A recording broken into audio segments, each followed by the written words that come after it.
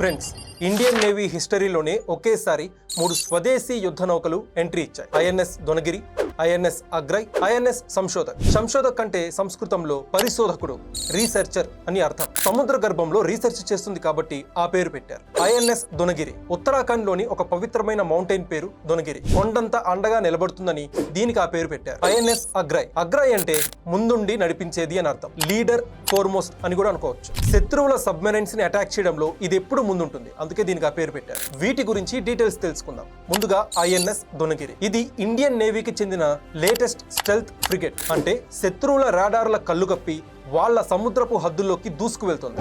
దీని దగ్గర ఏముందో తెలుసా? Most deadly BrahMos.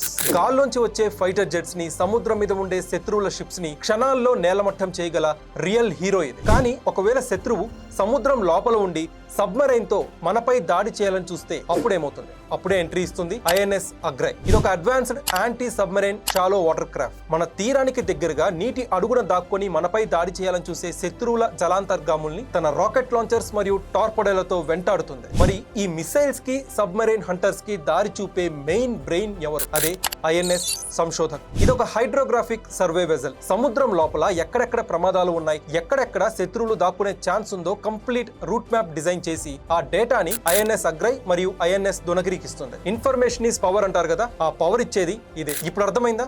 సంశోధక్ దారి చూపిస్తుంది, అగ్రై నీటి లోపల ప్రొటెక్షన్ ఇస్తుంది, దొనగిరి శత్రువుల మీద మిసైల్స్ తో విరుచుకుపడుతుంది. ఈ 3 కలిస్తే ఇండియన్ ఓషన్ లో మనల్ని తాకే ధైర్యం ఎవ్వడూ చేయలేడు. ఇంకో విషయం తెలుసా? ఇది complete made in India. So viewers, Indian నేవీలోకి వచ్చిన ఈ లేటెస్ట్ టెక్నాలజీపై మీ అభిప్రాయం ఏంటి? కామెంట్ చేయండి. జై హింద్, జై భారత్.